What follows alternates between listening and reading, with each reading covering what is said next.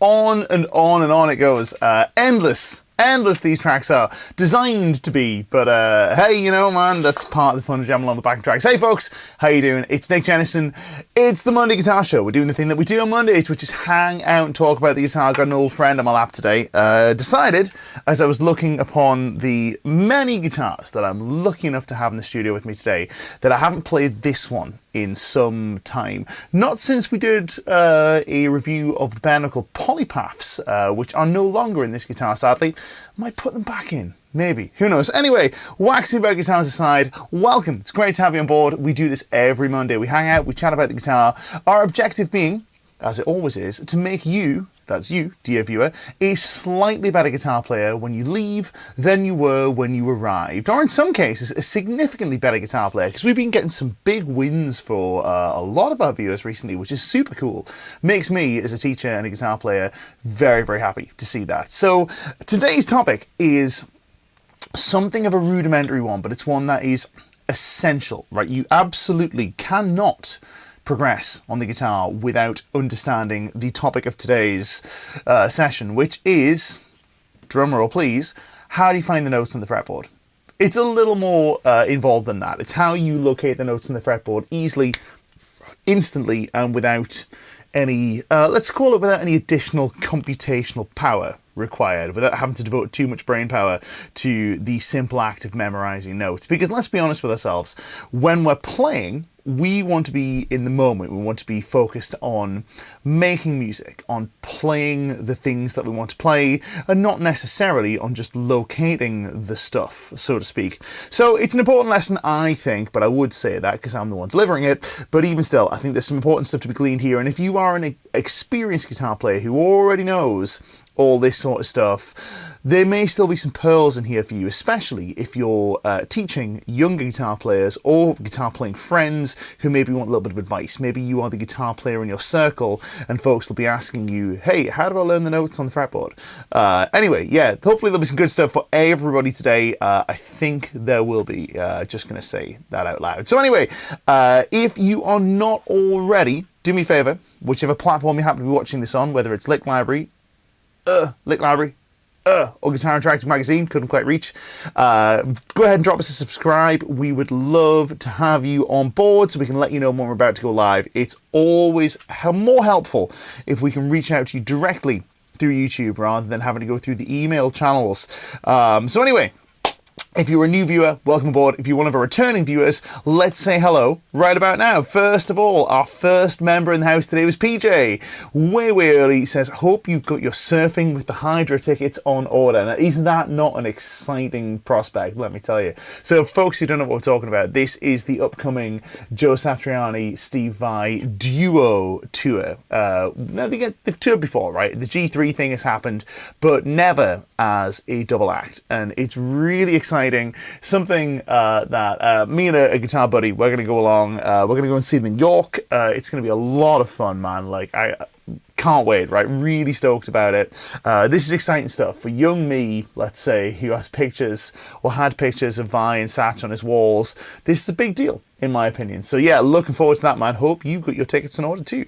Marcine is in the house. Marcine, it's great to see you. Response Audio is tuning in and is asking, out of all the guitar brands you guys have played, which are the lightest in weight? Interesting question. I've been dealing with some neck issues for a while and interested in options for lighter guitars. So a couple of options I'm going to suggest. A couple of things I'm going to say.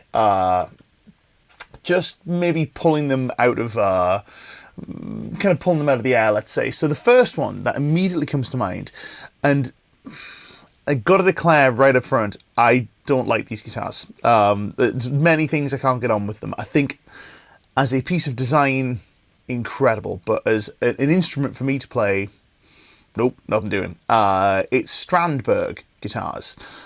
Reasons I don't like them: I don't like the neck. Can't get on with that neck. It's the kind of like squared off half Allen key style neck. Can't get on with them. And also, for me, I'm a big guy. Like small guitars, they just don't look right on me. But Strandberg guitars are a great choice if you're having neck issues and you want a little bit of lighter weight on the shoulder. Another option might be to, I'm sure you've already looked at this, but to invest in a very good padded strap. So maybe a strap with like a lot of thick neoprene padding. That might be a good shout. But as Marcine's rightly pointed out, Ibanez makes some very light guitars. Especially the old Sabre models, the old Ibanez S, the ones that were wafer thin. That's a really good choice. However, I am going to throw a slight curveball in here and say that probably the single lightest guitar I've ever played, ever, is one of the first run PRS SE Tremondis. Strange call, right? Because we don't associate PRS with being either particularly light or particularly heavy. They just occupy a nice middle ground usually, but the early run PRS Tremondis were so light it was comical. It felt like it was going to fly away from me.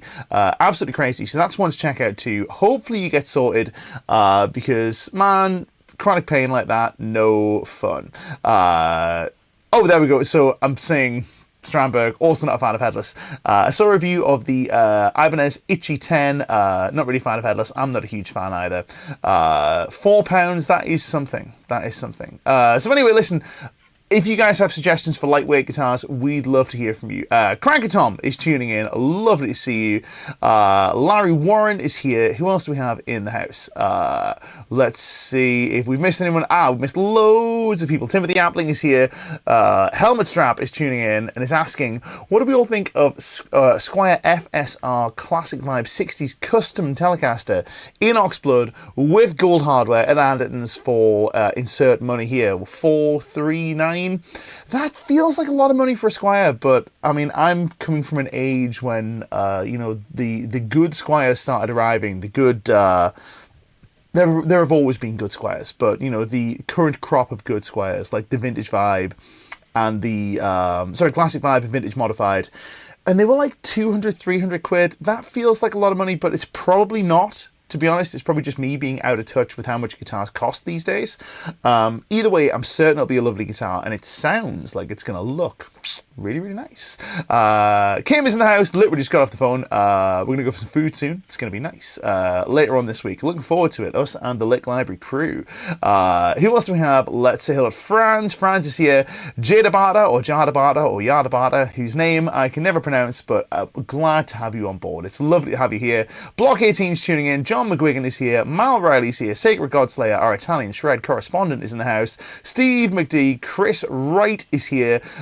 Mustache Metal is in the house. Citizen 741X, Foghornish, Justin Ray, Benham R Guitar says, hi, please fast picking alternate and change positions. We're going to start that up. We're going to get to that in just a second. Raphael/Raphael is tuning in. Great to see you. Simon Williams is in the house. Had a chord etched in black that wasn't an expensive guitar, but had some nice EMGs. Sounded mega, but was very light in weight. Another very good suggestion. Who else do we have? Last but not least, I think the last person we haven't said hello to is MESOS, MESSOS, Exhibitions and Events, tuning in. It's great to have you here. Oh, and Chris Davis also. Chris Davis, lovely to see you. So, I think we've caught everyone. If we've missed you, I apologise. I will catch up with you. But if you've got a question, don't forget you can drop your questions down below. We'll be hitting those questions in the Q&A session at the end of today's stream. But let's get on with the lessons. So first thing to discuss, names of the notes on the guitar, right? Why are they important? Well, I've just spent the last 2 weeks telling you that they aren't. So, if you've been watching our last couple of streams, you would have seen me discuss the way, or you would have been with me as I discussed the way guitar players interact with music theory. So, we have a particular way of thinking about music theory when it comes to the guitar, and a particular way of visualizing the fretboard, and I guess kind of visualizing the notes that we're about to play. As guitar players, we tend to occupy something of a middle ground between the way singers think about music, rather, and the way instruments like piano and saxophone think about music. The reason for this is because of the guitar's unique nature as a grid-based instrument. A grid, in that we don't really particularly need to know at any given point what all the notes we're playing are. What we need to know is how those notes, in terms of the notes and their names, I'm going to say that right there, is it their names. Right, we don't need to know the name of every note we're playing. I'll do a quick demonstration. If you haven't done so already, I'd like everybody to grab your guitar and grab me a G, 3rd fret, E-shaped bar chord like this. This is the chord in question. We're going to play the following. should be easy peasy, right? Now, I want to know if at any point during the process of constructing this G, did you, that is you, dear viewer, think about the note B? Or did you think about the note D? Probably not. Probably not. Next up, let's do another demonstration. Let's play a minor pentatonic scale. We're going to play it in B flat, which is going to be right about here. There's our B flat. Our minor pentatonic scale, box 1, is going to read as follows. From high to low, that's our minor pentatonic box 1. Ready? Let's play it together. And again. Okay, at any point during that, did you consider the note E flat? Or the note A flat? Probably not, because the way we tend to think about this stuff is we tend to think about a root note as an anchor, and then we tend to think about our pitches relative to a given tonal center, to a given root note. Tonal center, we're not using it in the compositional sense, we're using it in the sense of a pitch anchor that we can hang our scales on. This is why guitar players get caught up in shapes so much, because the shape is a shorthand way of finding the intervals that we need to produce the sound that we're after. But here's the thing, while we didn't think about B when we constructed our G chord, and while we didn't think about I think I said E flat and A flat when we played our B flat minor pentatonic, what we most certainly did think about is G.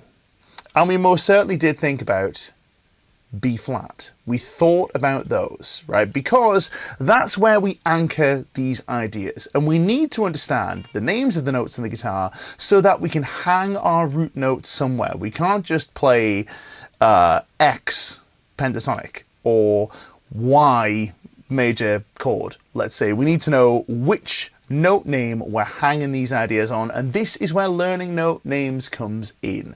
Now, I'm willing to bet that you as a guitar player will at least have some handle on some of the notes on the guitar. Specifically, you may know some of the notes up the E string, but you may be a little bit baffled as to where the other notes go, and you might be baffled to know why that's important. Well, we're going to get over all this through the course of today's stream, but first things first, let's do a quick look at the musical alphabet. For this, we're going to go to our A string, right? In fact, you know what? I think I'll probably have these cameras instead. That's probably a better choice, I reckon. So, we'll turn the slap back off. I'm so used to playing country on that sound.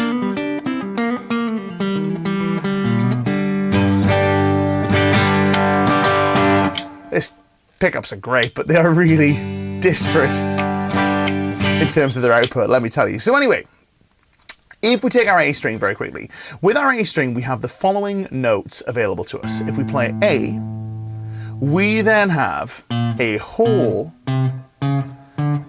11 fretted pitches before we get back up to another A. This A on a 12th fret, I've got a large bird here outlining where the 12th fret is. So if we go from our A, we have the following available. We have A, we have this note, which occupies two names. It can either be an A sharp or a B flat. We have this note, which is a B, this note, which is a C. Now, this already is our first little conundrum here, because there are some notes in our musical alphabet, the way we order our pitches, that have what we call accidentals between them. Now, they're only accidentals in certain contexts, but accidental just refers to, does the note have a sharp or flat in its name? As far as we're concerned today, now that's not a very detailed look at what accidentals are, and it's not even a very accurate look for those folks that are classically trained, classically educated. Yes, I appreciate that that's not what accidental means, but even still, just saying that because, you know, someone will write in the comments, I'm sure. If not live, then certainly after the video goes on YouTube. By the way, you can watch the replay on YouTube if you miss any of this stuff today. So, some notes don't have sharps or flats between them. Which ones are those? It's B and C and E and F. Between B and C, there is no sharp or flat. Between E and F, there is no sharp or flat. That is rule number one that we need to remember. And we need to commit that to memory. That's one of those weird little quirks of Western music theory, that we have essentially 7 notes that have no sharps or flats, and 5 notes that can be sharp or flat. Here's one from Mal Riley, says, should one say names in sharps or flats to make things simpler? I would probably suggest no, because it's context. It's contextual. So let me show you 2 examples where we can take the same note and it can function differently. So very quickly, if I play a chord progression that reads E major, G sharp major, A major, A minor, let's pay attention to the notes on the B string very quickly. Watch this. There's G sharp. Specifically, this note here, this third fret note, in this context is B sharp. What? B sharp, right? Why? Because it's part of a G sharp chord. This note here is now C. But it's the same note, Nick. Yes, it is the same note, but it's functioning differently. The same note can have two different names depending upon its function. It's very rare that we'll call something B sharp. It's disgusting if you're, you know, if your musical director foists that upon you. Feel free to slap them with the B sharp. Maybe don't. You know, violence is never the answer, but even still. So I guess it depends. If there's no context, you can call it whatever you want. Right, but they do have a name, and the one that you choose is context dependent. So yeah, we'll get into context later. That's probably another story for another day. Here's a great one from John McGuigan, by the way. Before we go further, I can locate notes quickly if asked to find them, but my finger is already on a note. I need to think about which note I'm on. I need to do that more because for some reason it's different. It is different. I agree, it's different because probably the reasons we spoke about before, which is that you're not really thinking about notes beyond our root note when you're playing the instrument, because that's not really how guitar players think about this stuff. Tom Quayle and David Beebe have got some really great thoughts on this, by the way, and if you want some further assistance, the Solo app is just killer. I keep doing the chef's kiss thing, but it is great, as are all of Tom's lessons available on licklibrary.com. By the way, before we go further, should point out, this is a very good analogy here, but I should point out we also have some free lessons linked down below in the description. You can go get that at your leisure. It was a Tom lesson last week, and it's going to be another lesson this week. It's going to be really, really good fun. You can go check that out at your own, I guess, in your own time. So anyway, a really good one from Rajesh Gumber says, bacon crispy and eggs fried is a good way to remember. I like that. That's a lot of fun.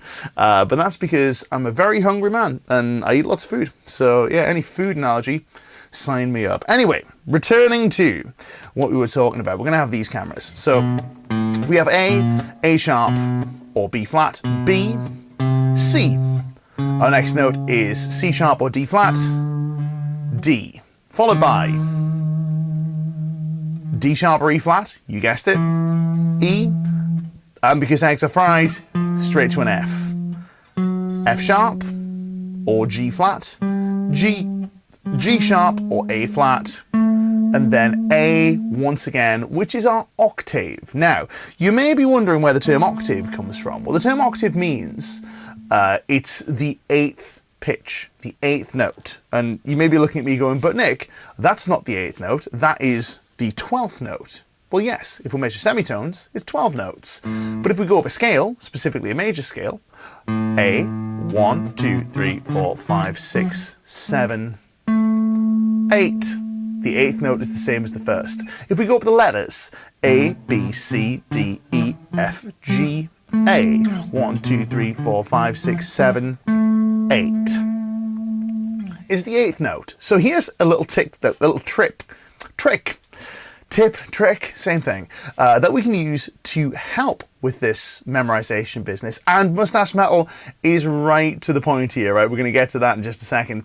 We can use octaves to help find and locate notes, because sometimes it's easier to locate a note from below than it is to locate a note from above. And we're going to get to that, right? Mustache Metal, we will star that up because I'm going to flag that comment up on the screen in just a second. So that's our musical alphabet. The musical alphabet is important. We need to understand how that goes together because this is the naming convention for notes. So anytime we move up a pitch by one fret, we're moving either to the next sharp or flat or to the next letter name depending upon where we are and what comes next in this sequence. Let's do the same thing on our E string for argument's sake. So we have E, we've established between E and F there is no sharp or flat. So we go from E to F, F to F sharp, G to G, up to G, from G to G sharp or A flat, A sharp or B flat,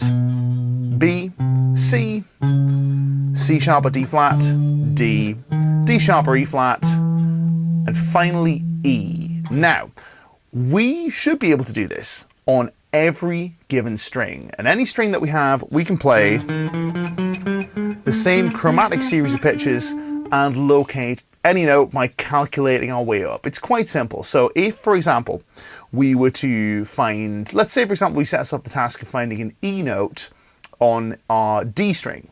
What we do here is we would play our D string, we would go D sharp, and then finally we get ourselves up to our E natural. It's 2 steps away.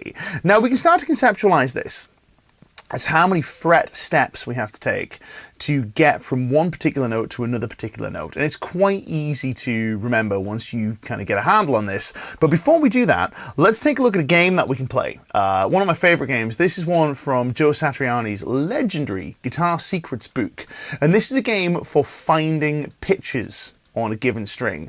Now what Joe would do with this is he would play the circle of fifths, the circle of fifths being the sequence of musical intervals that are separated by 1/5. So if we start at C, we would then move to G, we'd move to D, we'd move to A, we'd move to E, we'd move to B, etc, etc, etc, moving 1/5 away every time until we got back to the beginning. You don't have to do the circle of fifths. You can do any combination that you want, but what we can do is we can set ourselves the task of finding a note on every string. So if we start with C, we could take a look at where C's are in every string and try and play them in sequence and try and play them in time. This is the important bit. The time is the bit that makes it interesting. So if we throw some drums on,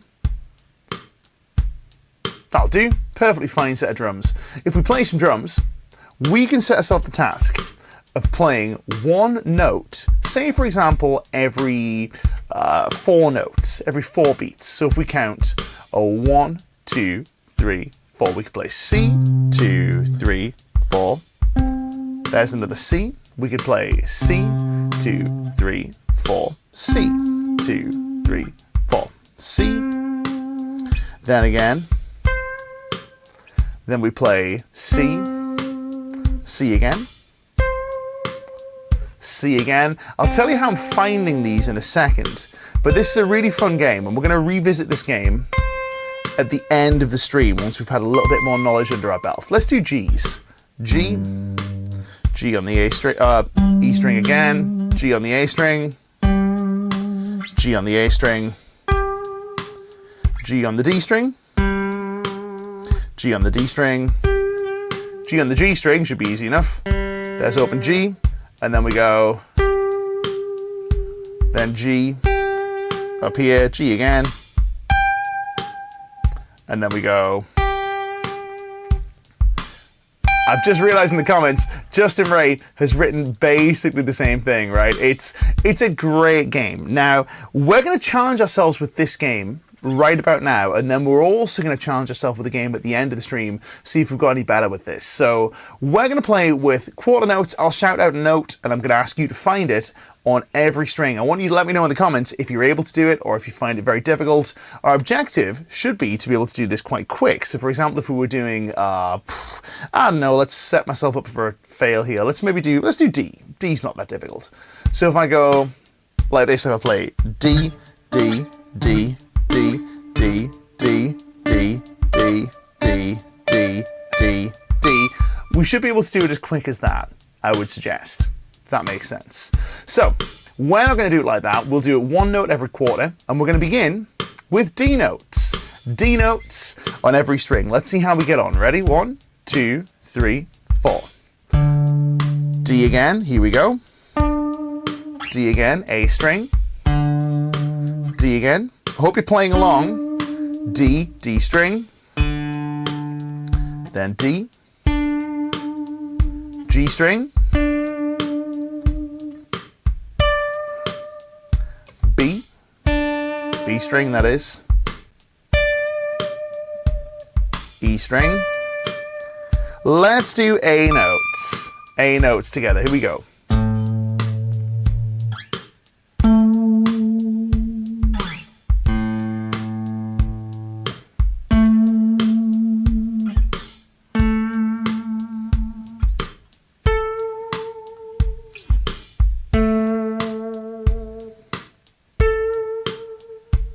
here.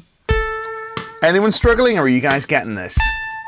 I'm sure at least a few of you will have this absolutely nailed, but even still, we're going to talk about some tips that you can use to help visualize this stuff, because you may have got them, you may have not got them, or you may have got them and it just took quite a lot of computational power. Let me know in the comments how you got on. Did you find it easy? Did you find it difficult? Did you find it doable? Did you find it impossible? Let me know down below. So we're going to get into some strategies that you can use to help find these notes. And the way we're going to approach this is by using landmarks. Now, landmarks are basically just a way of finding a note that is close to the note that we want to count from.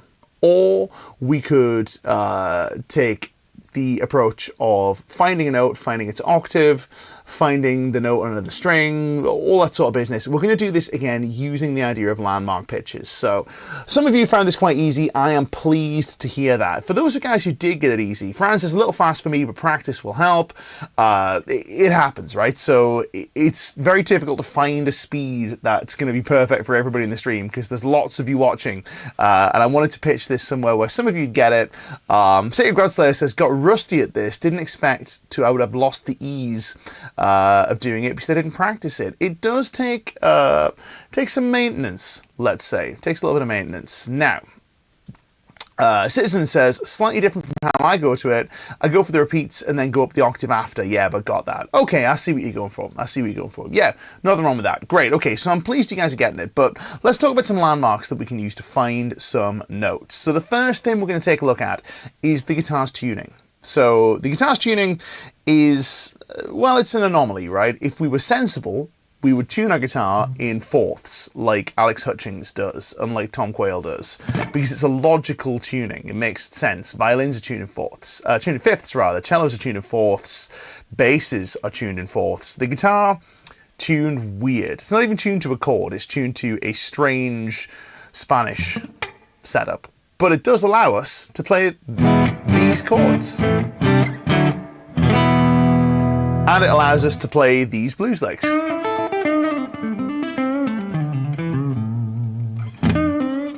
So, you know, valuable stuff. I wouldn't sacrifice standard tuning. I will deal with I guess I'll deal with the fiddliness of visualizing the fretboard in a funny tuning rather than sacrifice my ability to play AC/DC. So, anyway, the guitar's tuning is as follows. We have A on our A string. We tune that to the 5th fret of our E string. So these two notes, 5th fret here, and the next string down, these can be considered landmarks. If we need to find a note that is closest to A, let's say for example we had to find a G sharp on the low E string, rather than counting up, we could find our A landmark on the E string and shift 1 fret down.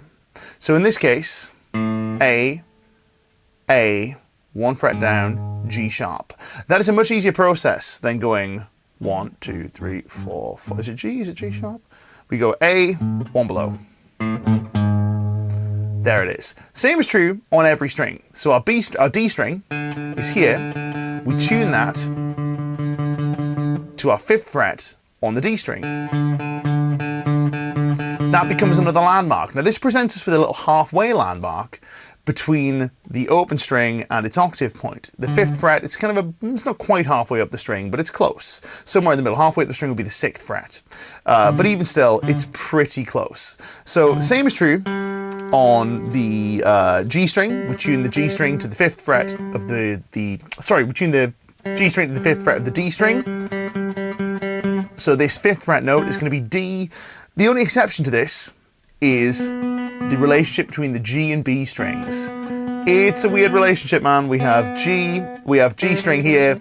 We play the 4th fret to tune the B string. So in this case, on this B string, G string relationship, the same note is 4 frets up on the previous string. So normally what we can do is we can find any given pitch by playing 5 frets up on the previous string, but if we're on the G and B strings, we have to compensate because of the weird tuning, let's say. But, you know, the weird tuning is worthwhile. It allows us to go which we can't do very well at all on fourths, let's say. So worthwhile, I think. I keep extolling the virtues of standard tuning, but also giving it a pounding at the same time. So that's one way of finding notes. So if we were to find, for example, a B flat on our A string, on our E string rather, we could take our E string note here. We can then, sorry, our A string, there's an A. We could take our 5th fret, which is the same pitch. We know B flat is 1 fret up, and we're there. Golden. Another landmark we can use is the octave landmark. So if, for example, we wanted to find a G on our A string, we could take the A note, we can play the 12th fret, and we can move 2 frets down. How do I know it's 2 frets? Well, because I know that there is a sharp and flat between A and G. So if I go 1 fret, it will take me to the sharp / flat. And if I go 2 frets, it takes me to the next letter note. So I can go from A immediately down to my G. I would visualize it thus. I would see the landmark and I would move to here. Now at this point in my playing career, this stuff is just in there, but that is how I would historically visualize this stuff when I was learning, before it all just kind of went in and it was just memory at this point. And eventually for you, this stuff will also just go in as well. So the 12th fret landmark is another important landmark we have going on here. So we can look at the 5th fret / 4th fret and 12th fret, and we can visualize our notes from there. So for example, let's try finding some notes on the 10th fret. We'll try giving them names. So if we go to our 10th fret on the E string, I've already told you what this is. What I'm going to do is I'm going to play each 10th fret one at a time. I'm going to give you a second to say the name of the note out loud, and then once you've said it, I'll say it to you and confirm. So I'll play, you'll say it, and then I'll tell you afterwards. So if I play this note, 10th fret on the E string, beg pardon, I'll play, tell me what it is. It was D, correct. Okay, next up we're going to play 10th fret on the A string, same thing. So I'm going to play A string, 10th fret. I want to know what it is, you tell me, say it out loud. Yep, G, very good. Okay, and you can write in the comments if you want. 10th fret on the D string. 10th fret on the D string. What note is it? I want to know. It's C. Okay. 10th fret on the G string. What note is it? Think about your 12th fret landmark and count backwards. Yep, you got it. It's an F. 10th fret on the B string. What have we got here? Yep, 100%. It's going to be an A. Last but not least, 10th fret on the high E string, same as the first. Mal Riley's got it. It is, in fact, a D. Now, this makes life really quite easy if we start to visualize downward as well as upwards, because we don't have to count all the way up here and we don't get this weird gray zone where we lose the capacity to visualize the guitar's neck around this 8 to 11 area. A lot of people do quite well down here, but as soon as we get up here, especially on the B string and the G string, things start to really drift and fall apart quite quickly. So this is a nice way of dealing with that. Now, another thing I want to show you. This is a comment from Mustache Metal that I promised I would flag up. This is gold, right? I'm sure you're going to get to it, but a good hack is 2 frets plus 2 strings up is the same note in the next octave, except for that pesky B string interval plus 1 fret. Well, I couldn't have said that better, right? This is a way of locating octaves, a way of locating octave notes. Our octaves are found in the following positions. Right, we have the same note, much like we play here. So if I play this A string and I play its octave on the 12th fret, it's the same note.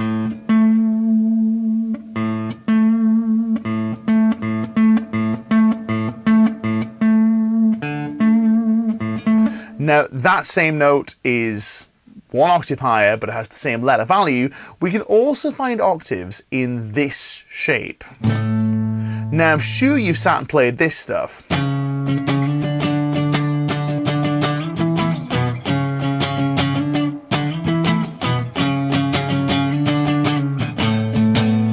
Where we strum octaves before. I'm sure you will have seen that. It's a very common practice, but maybe we haven't given too much thought as to what these octaves are. Oh, here's a good, interesting comment from our friend. Before we go any further with this, our friend Roy Calon says, how is it with the note names for the harmonics that are not on the 12th fret? Oh, the harmonics is in like, harmonics like this. We'll get to that. We will get to that, right? Citizen says, I'm going to style that coming up. There's Foo Fighters got me into that kind of thing. For sure, it's a really cool sound. Now, this octaves doubled thing gives us an easy way to locate octaves by playing note and then playing the pitch that we find 2 strings down and 2 frets up. This will, in almost all circumstances, yield an octave. The only time it doesn't is if we have crossed the B string. And by crossed the B string, I mean we have gone from G string to B string, or we've gone from, D string to B string, or we've gone from G string to E string. We'll get to that in a second. So on the lower courses of strings, this is our octave. And it is always such. So for example, if we play this note here, we can work out that that's a D note, because it's the 5th fret, same as our next string. And we know that the note that is here, in relation to this, will also be a D note. And we can even hear that, it's the same thing, right? Same thing. We're going to do some of the little locations on this in a second, but that is a good way of finding notes. So if we know that, for example, a C is here, this is our C, where we play finger number 1 on fret number 8 on our E string. If we play 10th fret on our D string, we get a C. Piece of cake. But we can also do this in reverse. So if we know, for example, that this note here is 2 frets down from our G string octave, it's going to be an F. Well, we can go 2 strings down, 2 frets down to deduce that this will also be an F. And we can visualize them as such. We can just see those notes and see those octaves apart from each other. This is a fun thing to do if you're ever playing long, extended passages of shred stuff where we move through the octave. For example, if we take one of these Guthrie Governisms,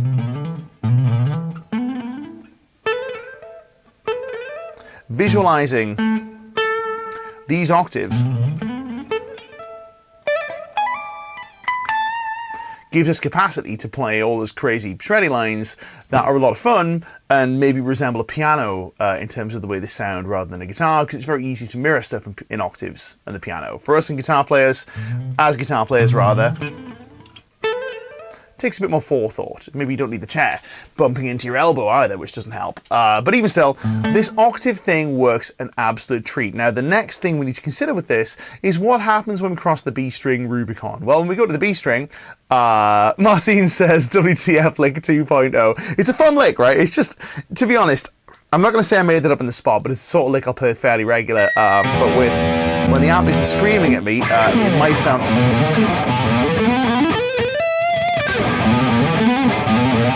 That's fun. However,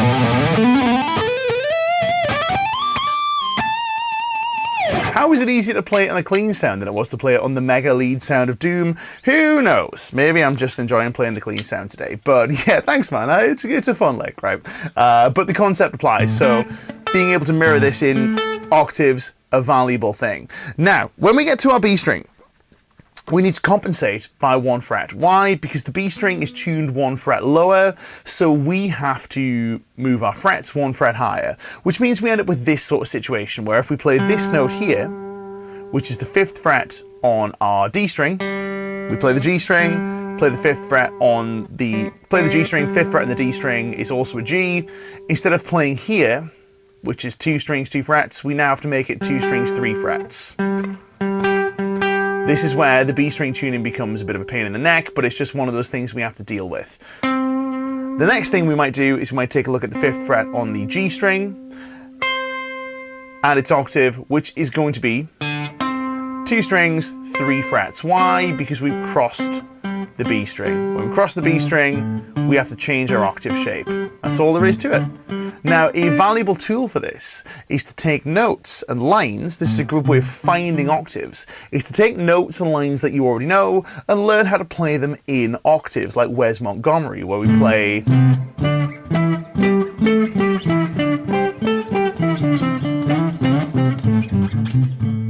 You don't have to strum it with the thumb, but it helps. It's more authentically Wes if we play with the thumb. But to take a lick like this, for example, which might be A minor pentatonic, playing from the lowest note up to the octave, you guessed it.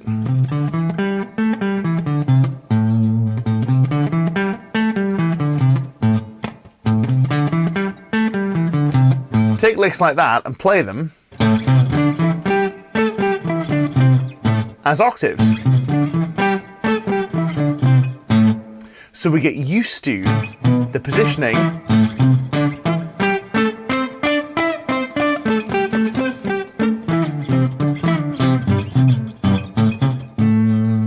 of our octave notes relative to our individual pitches. So playing octaves, worthwhile, right? Very, very worthwhile, very worthwhile. Now, we've got some cool observations here. I'm going to get to this in a second from our friend Rajesh Gumba. That looks like something really interesting that maybe I haven't thought of, and I'm going to dig into that. That's a cool observation.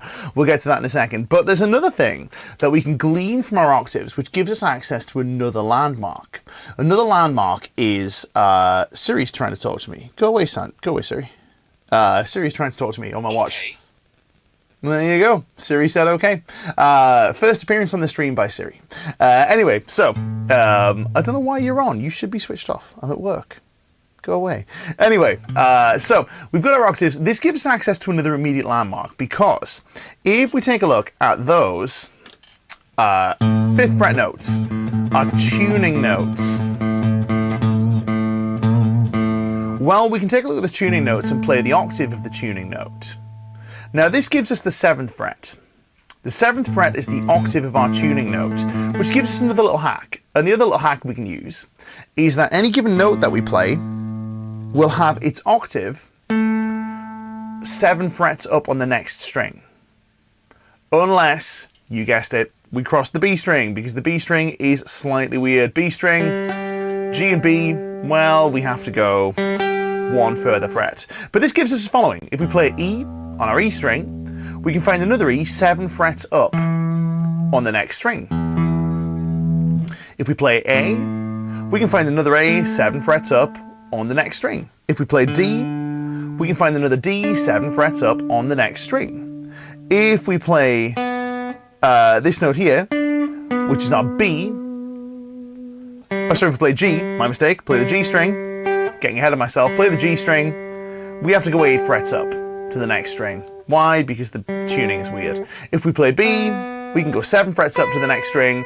This gives us another midway landmark. So our midway landmarks are now the 5th fret and the 7th fret. So we have 5th, we have 7th, and we have 12th and open that we can all play from. This gives us really easy calculation to get from one pitch to another. If we know, for example, that E is right here on the 7th fret of our A string, because it's 7 frets up from the previous string, which is also E, then it's really easy for us to find Fs. It's 1 fret above. Easy for us to find F sharps, 2 frets above. G, 3 frets above, or 2 frets down from our landmark. The point with this is, with these little landmarks of pitch, these little landmarks, we're never more than 3 frets away from our target pitch. Useful. So any given pitch that we have is never more than 3 frets away from a useful landmark that we can use to locate the pitch that we're after. And this will help immeasurably with your capacity to learn the guitar's fretboard. So we're going to play some games with this. We're going to see if we can crank the difficulty up and make it a little bit more challenging for ourselves, but we'll be shouting some notes out and I'll be seeing if we can get as many of them as we possibly can. Before we do, I just want to remind you that we've got a series of free lessons that we're giving away this month. Every stream has a free lesson from the Lick Library catalogue attached to it, which you will find at the link down below. So if you go down to the link in the description, you will find a link to a free lesson that is going to help you with the contents of today's stream. It's going to be free for the next 7 days. And then next week we'll have another, the following week we'll have another, and on and on and on. It's good stuff, right? And it's just to say thank you for attending these streams and for being part of it, right? Because we love these streams. We love hanging out with guitar players. We love doing this sort of stuff. It's a lot of fun for me. It's a lot of fun for us down at Lick Library, and we wanted to thank you by opening this up to you guys so you get free membership. You also get a free lesson. You also get a little taste as to what it's like to be a Lick Library member. So if you've ever felt like signing up, maybe you can check it out first with the free link down below. So let's test ourselves, then we'll answer some questions. So the first thing we're going to do, we're going to go back to our drums, and we're going to find some notes, and we're going to start on easy mode, which is 1 note per 4 clicks, and we'll see how folks get on. So let's try playing as follows. We're going to start with E notes. Let's play E, next E, E note here. That's our 7th fret landmark. Same up here. There's our E. There's our E. There's an E on the G string. How did I find that one? Well, I'll tell you how I found that one. My 9th fret. It's the octave of the 7th fret landmark.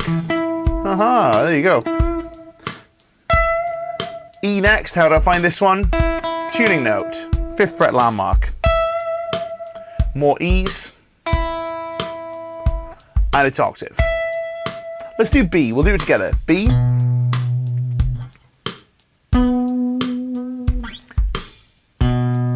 How did I know that was B? Just kind of memorized that it's 2 frets up. Oop, my mistake. Wait, there we go. And if in doubt, just slide. I was too busy reading the comments. There's my B. Gonna get a little more difficult next. We're gonna do F sharps. And we'll see how we get on. F sharps all together. Here we go. 2 frets up from E. 2 frets up from our landmark. So I'm finding all my E's. Shifting 2 frets up. Dead easy. I'm not actually doing that. I just kind of know where they are. But even still. There I'm thinking G string 1 fret down. Having to bend to get that one. There's my 5th fret on there. 7th fret rather. 2nd fret landmark. Easy. Easy. Okay. Okie dokie, okay. We're going to go a little bit further with this, right? A little bit further. Let's try doing it on half notes. So note, note, note, note, and so on and so forth. Let's find another pitch. Let's do C sharps. C sharps. Let's see how you guys get on. We know where our C's are. Let's do C sharp. So we're going to play C sharp, C sharp, C sharp, C sharp. Got difficult quick, didn't it? C sharp, C sharp.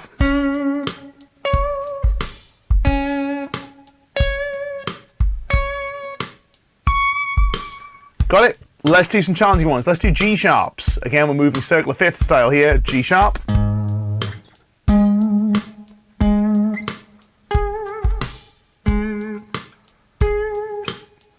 Now that one's a funny one, isn't it? Why is it a funny one? Because we don't visualize it that often. We don't play it all that often. Let's do D sharps, or E flats if you prefer.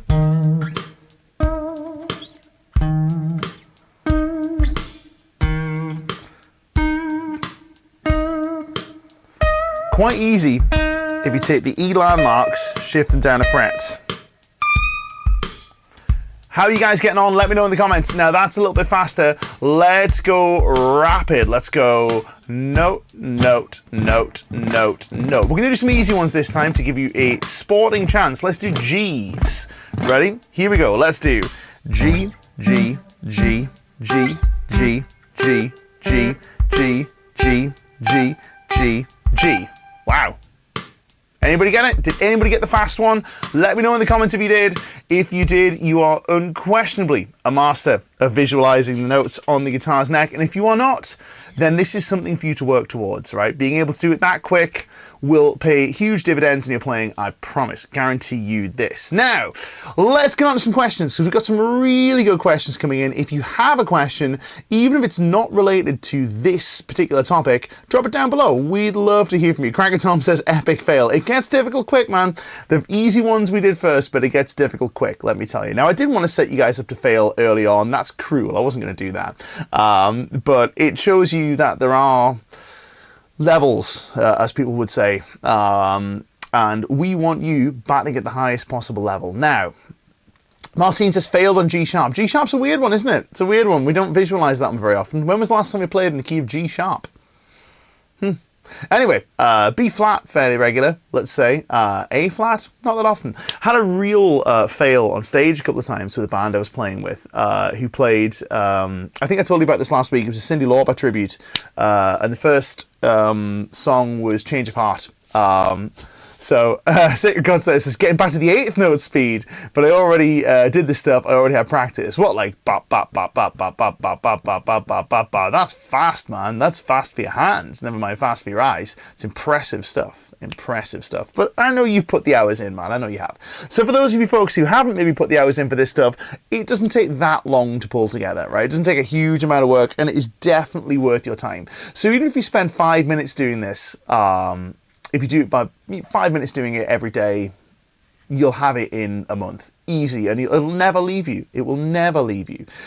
So just incorporate it into your practice. So let's get into this. This is a really cool observation that I want to highlight and dig into. And I said I was going to, and I'm going to highlight it. So this is by our friend Rajesh Gumba, who says you can also relate the word caged. So for C shape, the octave is on the A string. For A shape, the octave is on the G string, and allow for B and call it C-A-G-E-B. That's quite cool. I like that. That's a fun little anomaly. So yeah, the next letter in the cage system tells you where the octave is, which string the octave's on. That's fun. I like that. That's a lot of fun. Here we go. 8th note can be mantle. 16th is just, I don't think I could reach 16ths, but a little, could I do G?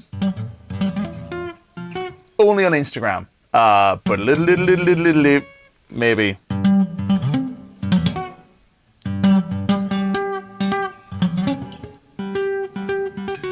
Yeah, I'm going to need to speed the video up for that. Anyway, shouldn't throw those people under the bus. I'm sure they're lovely. So anyway, we got some cool questions coming in from, here's a good one from XDRXX Dr. 34 M5XX, whose name I can never pronounce. I'm just going to call you XX, but XX is great to see you. Non-related question: when you play legato or alternate lines 2 semitones apart, for example 5-7-9, do you play index middle pinky or index ring pinky? Is there a certain rule to it? Well, the certain rule is as follows, right? The rule is I will play in isolation 9 times out of 10. I will do, it's a very good question, the stretchy shape. I will play with finger 1, 2, and 4, index, middle, pinky, as a rule. However, when we did the little Guthrie-ism, you would have noticed we played the same shape. I'll go here so we can see it close up, with index, ring, pinky. What gives? Well, here's the thing. Normally it's best to do the stretch with the index finger because the index finger is longer. So we can either reach with the index finger or we can reach with the pinky finger. And the pinky finger is shorter compared to a long ring finger. It's just more difficult to make that stretch in that position, whereas this stretch between index and middle, piece of cake. So normally we would do it there. However, if I'm already using finger 1, 3, and 4 for a phrase, I'm not about to change. I'll just keep with fingers 1, 3, and 4. So if, for example, I was playing something like this at the top of an A Dorian mode,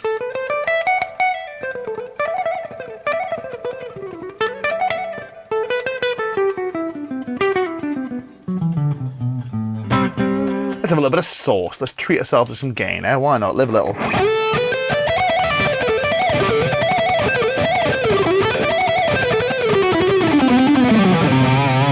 Here,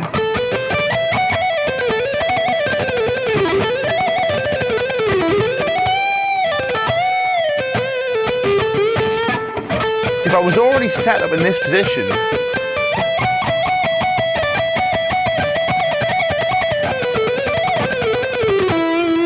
here I would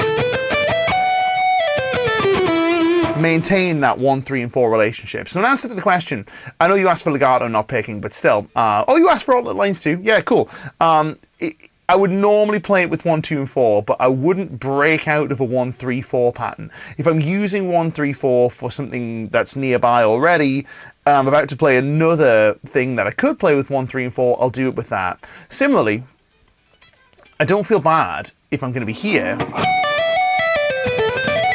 about using finger 1, 2, and 3.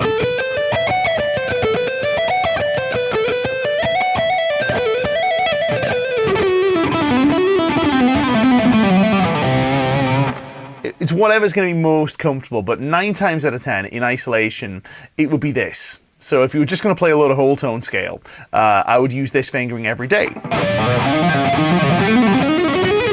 Actually, I can think of a circumstance where I wouldn't. Oh no, I would.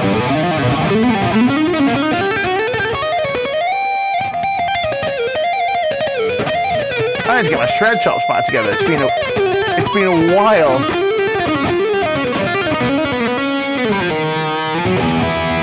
There I would play with these fingers. So that's the way I'd do that, I think. Here's a good one from Dorotego Garcia. Says, do you learn the modes first or the major, minor pentatonic scales first? I beg pardon. I would advise, personally, doing major, minor pentatonic scales first, as a rule of thumb. Major, minor pentatonic, I would probably do those first. The reason being that the major and minor pentatonic are easier to visualize, and they're more difficult to get wrong. So I was discussing this with a student today, and if you're watching, hi Liam, discussing it with Liam, and we're talking about the major scale, and how the major pentatonic is almost impossible to get wrong, which is why it's so good. So if I'm playing along with, let's find myself an E major backing track. I definitely have one. I have a ballad that I can use. I'm sure it's the John Mayer style ballad. All these backing tracks are available on licklibrary.com, by the way, if you want to get hold of these tracks to use in your own playing. Let me just see. Where are you? I'm going to find this track because this is the track that I want. I have other tracks in E, but I know this is going to be a good one for the demonstration purposes. Where are you? Modern Soul backing track. I have so many tracks in my Logic project and I cannot seem to find the one. That is irritating. Where are you? Where are you? Where are you? I didn't have this queued up. Normally the tracks I'm going to use I'll throw to the top of the project so I can find them easily, because there's a lot of them. Ambit Ballad, 87 Ballad. Now seriously, have I not brought this in? Modern Prog Ballad. I've got so many ballads. Where are my ballads? Where is my... the last place you look. Modern Soul Ballad. Here we go. Okay, so apologies about that while I just get to my tracks. So E major pentatonic. E major pentatonic, very hard to get wrong. Let's go to a slightly less.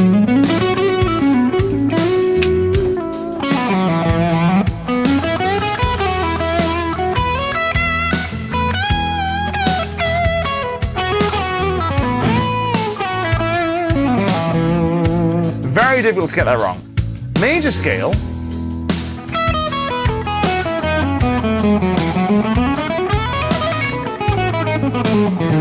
I can get that really wrong if I want to. Check this out.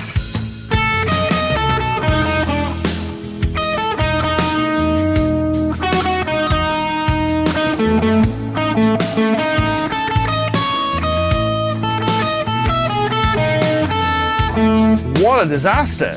Well, doing it on purpose, but the reason for this is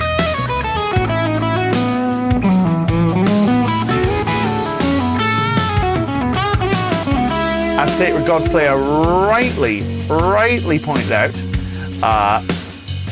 we install, I love this, install the modes on the pentatonic bones, because what it gives you is it gives you a sense not just of where the notes live, but also which ones are the safest to play at any given point. Pentatonic is a really safe scale. It's very hard to get wrong. Sometimes safe is not what we want, but the pentatonic notes are always going to be friendly. They're always going to work over most any diatonic chord, i.e. any chord that's in the key that we're playing in, specifically in major. Now, ironically, the major scale, the Ionian mode, the actual major scale, as opposed to the modes, the other modes of the major scale, the Ionian mode is probably the one that requires the most careful handling. It's the one that's probably easiest to get very wrong for reasons that we don't fully understand. I'm sure there are reasons, I just can't call them to mind right now. It's probably because we're so used to hearing the major scale in the particular format that it's in. But anyway, so as Citizen says, right notes, wrong placement. I would say legal notes, wrong placement. Notes that are within the scale, but we can pretty clearly hear that they are bad. They are wrong. So it's not that they're right notes, it's just that they're notes from the scale. They're notes that are allowed if we just follow the idea of playing the notes. But here's the thing, right? If we start with pentatonic, and we go pentatonic out, we build from pentatonic and introduce the major scale notes, we then get a sense of perspective as to which notes are valuable in terms of which notes are nice and pleasant, you know, at any given point, which notes are safe. And then we go, okay, well, look, I can branch out into these other notes that are a bit less safe. Pentatonic's nice for that reason. That's why I start in that direction. Also, the other thing is, it's quite easy to make music with the pentatonic scale. And it's much easier to be sitting playing pleasant sounding music than it is to be playing just scale runs up and down. Scale runs are cool, don't get me wrong, right? There's nothing wrong with them. But, you know, it's all too common. You know, this is a Guthrieism again, but it's all too common to see guitar players who, you know, learn this pentatonic scale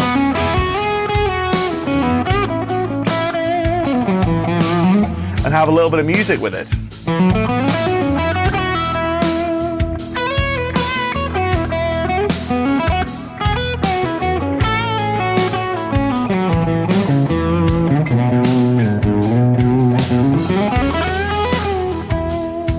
That's pretty. And then you teach them a mode and all of a sudden it's this.